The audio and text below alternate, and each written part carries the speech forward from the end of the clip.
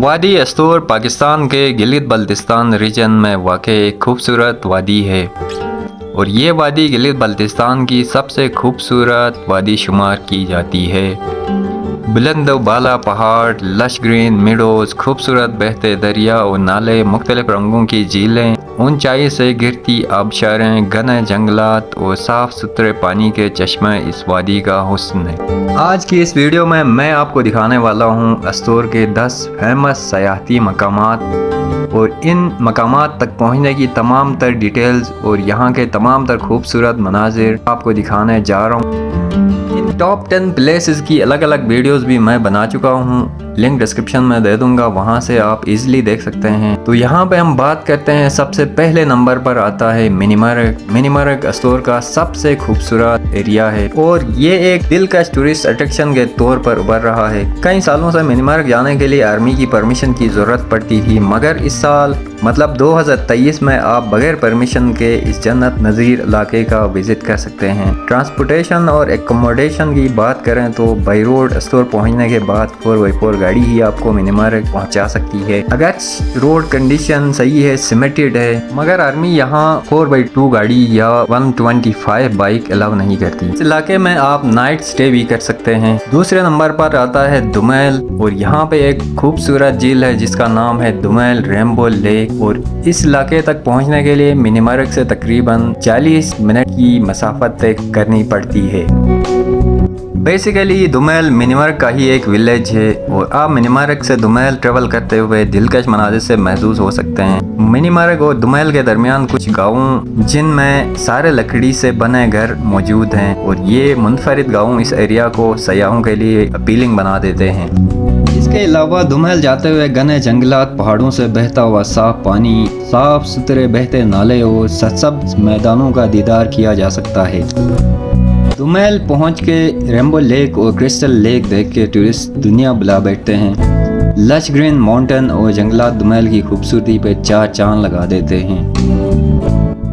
Transport की बात की जाए तो अस्तूर से 4x4 गाड़ी पे आप मिनीमरग और दुमैल जा सकते हैं। 6 टूरिस्ट मिल के एक लैंड क्रूजर या जीप बुक की जा सकती है जिसकी maximum booking pick and drop के साथ 30,000 रुपये होती है। इस एरिया में स्टे करने के लिए एडवांस में कैंप या हट रूम बुक करने पड़ते हैं जो चिलिम चौकी पहुंच के भी कर सकते हैं। कैंप में स्टे के 1500 रुपये पर हेड के हिसाब से लिए जाते हैं।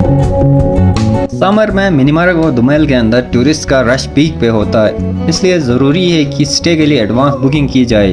क्योंकि मिनीमरग और दुमैल LOC के साथ वाक़े हैं, पाकिस्तान इंडियन बॉर्डर के ऊपर मौजूद हैं, इसलिए इस एरिया में आने से पहले कंफर्म कर लिया जाए कि ये इलाका टूरिस्ट के लिए ओपन हुआ है या नहीं।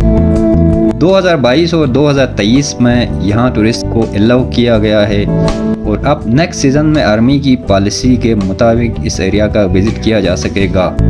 विंटर में ये इलाके टूरिस्ट के लिए बंद हो जाते हैं क्योंकि बुर्जुल टॉप के ऊपर 25 से 30 फुट बर्फ पड़ती है। मिनीमरग और दुमैल के विजिट के लिए बेहतरीन सीज़न जुलाई और अगस्त में होता है क्योंकि इन मंथ्स में इस इलाके की ब्यूटी पीक पे होती है। पहाड़ों और मैदानों के कलर ग्रीन हो जाते हैं और हज़ारों किस्म के फूल खिलने लगते हैं।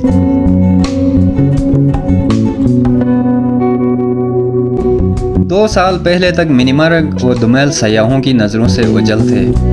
इन इलाकों का विजिट हर टूरिस्ट का ख्वाब बन चुका था, लेकिन जब से इन इलाकों के विजिट पे पाबंदी ख़त्म हो चुकी है उस दिन से इन इलाकों को पूरे पाकिस्तान में पजीराई हासिल हुई है और एक दिन में सैकड़ों की तादाद में सयाह इन इलाकों की तरफ लुत्फ़अंदोज़ होने चले आते हैं। इस इलाके में पहुँच के सयाहों का दिल वापसी पे राज़ी ही नहीं होता।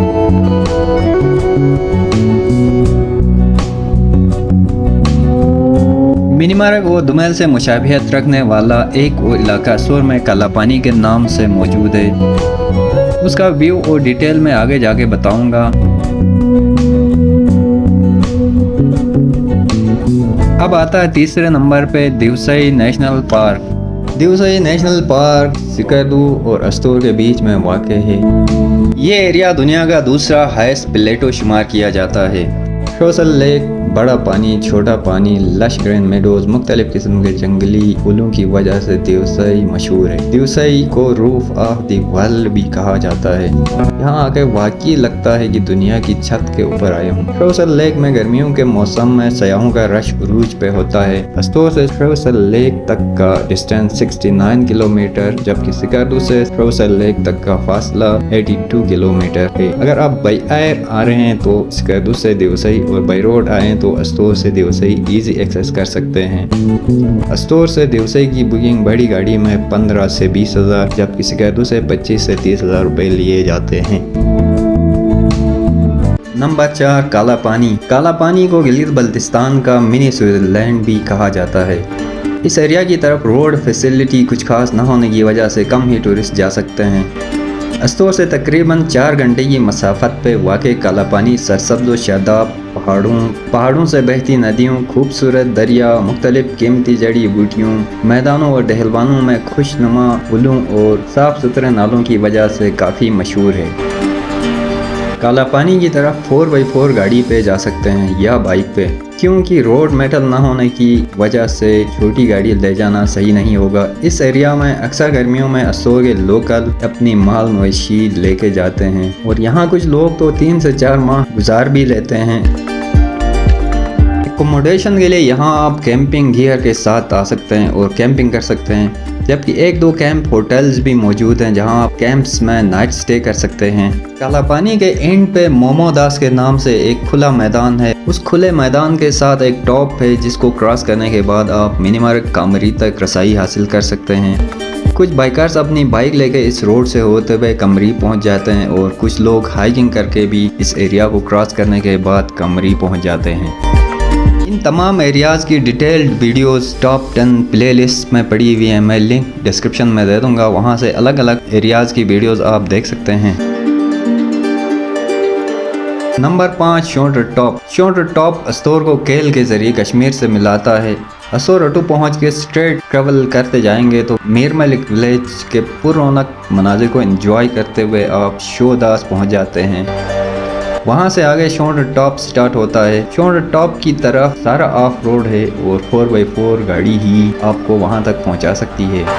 अस्तोर से आलमोस्ट 4 घंटे की ऑफ रोड ट्रेवल के बाद आप शोल्डर टॉप स्टार्टिंग पॉइंट तक पहुँच सकते हैं और वहाँ से आगे 4 से 5 घंटे की हाइकिंग के बाद कश्मीर केल पहुँच सकते हैं।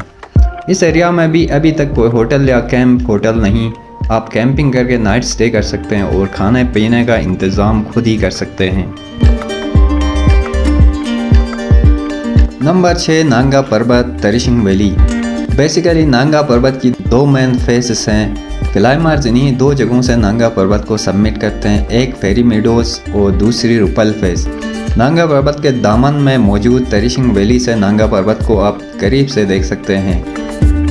तरिशिंग वैली तक अस्तोर सिटी से सिर्फ 1 घंटा लगता है और आप छोटी गाड़ी लेके भी नांगा पर्वत का दीदार करने तरिशिंग विलेज जा सकते हैं। तरिशिंग वैली में स्टे करने के लिए होटल और गेस्ट हाउस मौजूद हैं जहां आपको आपके बजट के मुताबिक एकोमोडेट किया जाता है।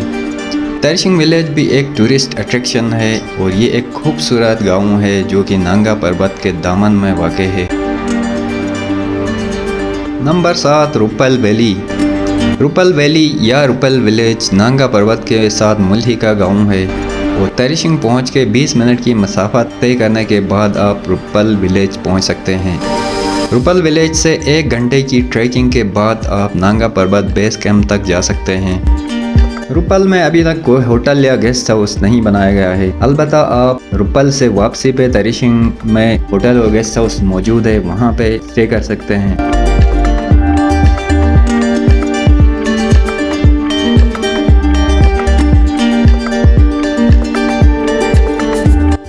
Number 8, Rama meadows. Rama meadows Astore city से सिर्फ 6 किलोमीटर के फासले पे वाक़ है। रामा वैली में लश ग्रीन मेडोज मैदान के बीचों बीच रामा ग्लेशियर से बहता हुआ पानी, घना जंगल और साथ में नांगा पर्वत के पहाड़ी सिलसिले दिलचस्पी के हामिल हैं। रामा वैली में काफ़ी सारे कैंप होटल्स मौजूद हैं जहां आप 1500 रुपये में नाइट स्टे कर सकते हैं।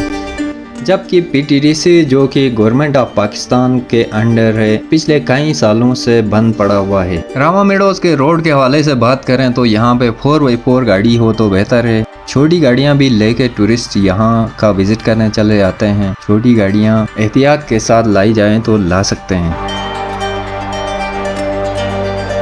Number 9, Rama lake. Rama lake Rama meadows से 2 घंटे की हाइकिंग पे वाक़ है और यहाँ पे एक जीप ट्रैक है। जीप पे भी आप आधे रास्ते तक जा सकते हैं और वहाँ से आगे बाइक पे या फिर घुड़सवारी करके आप जा सकते हैं। जीप पे बुकिंग 2500 रुपये लिए जाते हैं।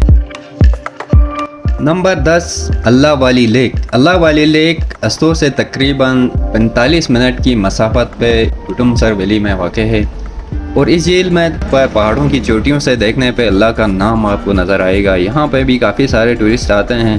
4x4 गाड़ी ही आपको इस एरिया तक ले जा सकती है और यहाँ अकोमोडेशन और होटल्स का कोई ख़ास सिस्टम मौजूद नहीं, इसलिए स्टोर में स्टे करके आप यहाँ तक पहुँच सकते हैं। इसी के साथ ही मुझे दीजिएगा इजाज़त। मिलते हैं नेक्स्ट वीडियो में। अल्लाह हाफिज़।